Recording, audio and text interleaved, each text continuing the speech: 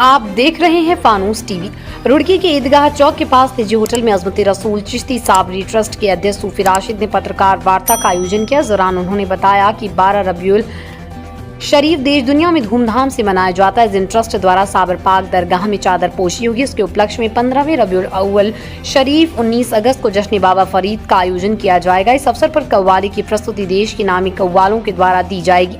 देश के विभिन्न दरगाहों और दरबारों से सूफी संत इस कार्यक्रम में शामिल होंगे। इस दौरान सूफी राशिद ने एक विवादित बयान दिया जिससे हलचल मच गई।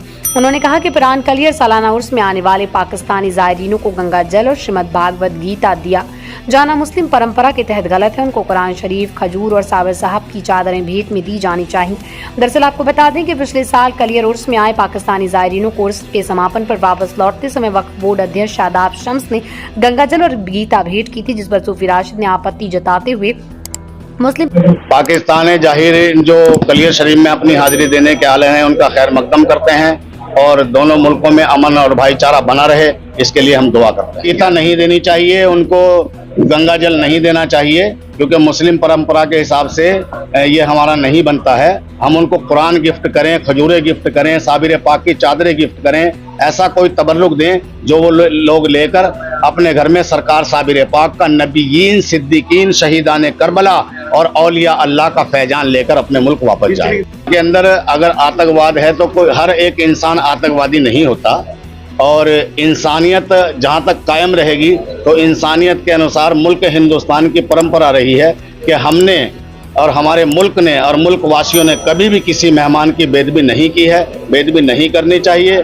हर एक की इज्जत और मान सम्मान रखना चाहिए। अगरचे हमारी गवर्नमेंट ने उनको वीज़ा देकर हिंदुस्तान में सरकार साबिर पाक की दरगाह में हाजिरी देने के लिए बुलाया है, तो उनका मान सम्मान हमें बरकरार रखना। देखिए, गंगा जल जो दिया गया था वो हमारे हिंदू भाइयों की परंपरा है और गंगा एक पूजनीय माता है और उनका हम सब लोग भी आदर मान करते हैं, क्योंकि मुल्क हिंदुस्तान में यहाँ हिंदू, मुस्लिम, सिख, ईसाई भाईचारे को कायम करने के लिए गंगा में तो हम खुद भी आते हैं, जाते हैं, नहाते हैं, स्नान करते हैं, लेकिन परंपरा के मुताबिक उनको नहीं देना चाहिए। परंपरा के विरुद्ध बताया। अब सवाल ये उठता है कि एक सूफी जो सर्व समाज का होता है, इस तरह की बयानबाजी करना कहाँ तक उचित है। वहीं सूफी राशिद के इस बयान पर फोन पर हुई वार्ता में वक्फ बोर्ड अध्यक्ष शादाब शम्स ने कड़े शब्दों में निंदा करते हुए कहा कि इस तरह की बयानबाजी आतंकी सोच के लोग कर सकते हैं। उन्होंने कहा कि पाकिस्तानी जायरीनों को तोहफा देते हुए एक संदेश देने का काम किया गया था। अगर किसी को इस संदेश से परेशानी है तो ऐसे लोगों की मानसिकता को समझा जा सकता है। उन्होंने साफ शब्दों में कहा है कि जिसे हिंदुस्तान में रहते हुए भगवान श्री राम, भगवान श्री कृष्ण से परेशानी है, ऐसे लोगों को हिंदुस्तान में रहने का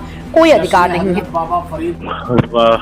मुझे ऐसा लगता है कि ये लोग, जिसको जितनी अकल होती है उतनी बात करता है। जी, हमने पहले भी कहा था कि हम 150 करोड़ सनातन प्रेमियों की आध्यात्मिक राजधानी देवभूमि उत्तराखंड है और उसकी धर्म नगरी हरिद्वार से अगर प्यार और मोहब्बत का कोई संदेश है तो श्रीमद भगवत गीता के माध्यम से हमने वो देने का काम किया है।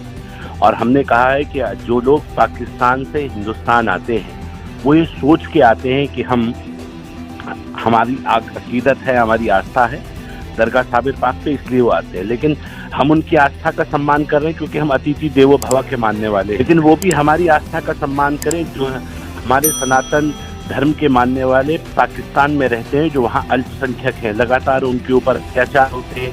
वो इस गलतफहमी में न रहे कि हिंदुस्तान के लोग उसे देख नहीं। हमने इसलिए इस बात को कहा था कि हमारी तरफ से ये तोहफा है, जो वहाँ के सनातन प्रेमियों की जो वहाँ के मंदिर हैं वहाँ ले जाके दीजिए और ये संदेश जाए कि हिंदुस्तान के 100 करोड़ से अधिक लोग जो सनातन के मानने वाले हैं वो आपसे प्यार करते हैं और आपसे मोहब्बत करते हैं। और वहाँ के 150 करोड़ लोगों की तरफ से तोहफा है, अगर गड़बड़ की गई, हमारे लोगों को सताया गया तो इसका जवाब देना भी हम चाहते हैं। ये एक संदेश था।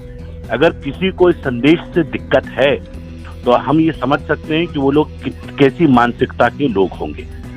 जिसको हिंदुस्तान में रहते हुए श्री राम से दिक्कत है, जिसको हिंदुस्तान में रहते हुए श्री कृष्ण से दिक्कत है, मुझे लगता है उन्हें हिंदुस्तान में रहने का अधिकार नहीं है, उन्हें हिंदुस्तान छोड़ने और चले जाना चाहिए। नहीं, ऐसा है ना, उनकी आस्था, मैंने बताया ना कि सिर्फ अगर उनकी आस्था हिंदुस्तान को या मुसलमानों को ही दुनिया में रहे और बाकी कोई ना रहे, अगर इस सोच की है तो मुझे लगता है कि उनका हिंदुस्तान में रहने का कोई अधिकार नहीं है। ये टेररिस्ट वाली, ये आतंक की सोच है जो सिर्फ हम रहें, हमारे अलावा कोई ना रहे, इस तरह की सोच वाले लोगों को किसी कीमत से बर्दाश्त नहीं किया जा सकता। ठीक ठीक, तो इस बार भी दिया जाएगा जैसे इस बार जयहिंद पहुंच रहे हैं? नहीं, हमने अपना संदेश दे के काम कर दिया था। मुझे लगता है कि हमने मैसेज दे दिया है, आवश्यकता पड़ेगी तो इस बार भी देंगे। पिछली बार का क्या हुआ, पहले तो ये पूछेंगे ना कि आप हमारी ओर से वो जो हमने दिया है, गीता हमने दी थी और गंगा जली दी थी, और हमने कहा था कि आप इसकी वीडियो हमें बना के भेजेंगे। उनकी वीडियो नहीं है।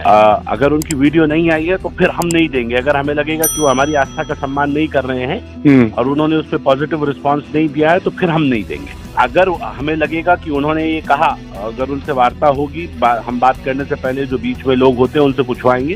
अगर उन्होंने सहसम्मान, उसका सम्मान करते हुए आगे उसे सही तरीके से पहुंचाया तो उन्हें दी जाएगी, और अगर कोई सहसम्मान नहीं पहुंचा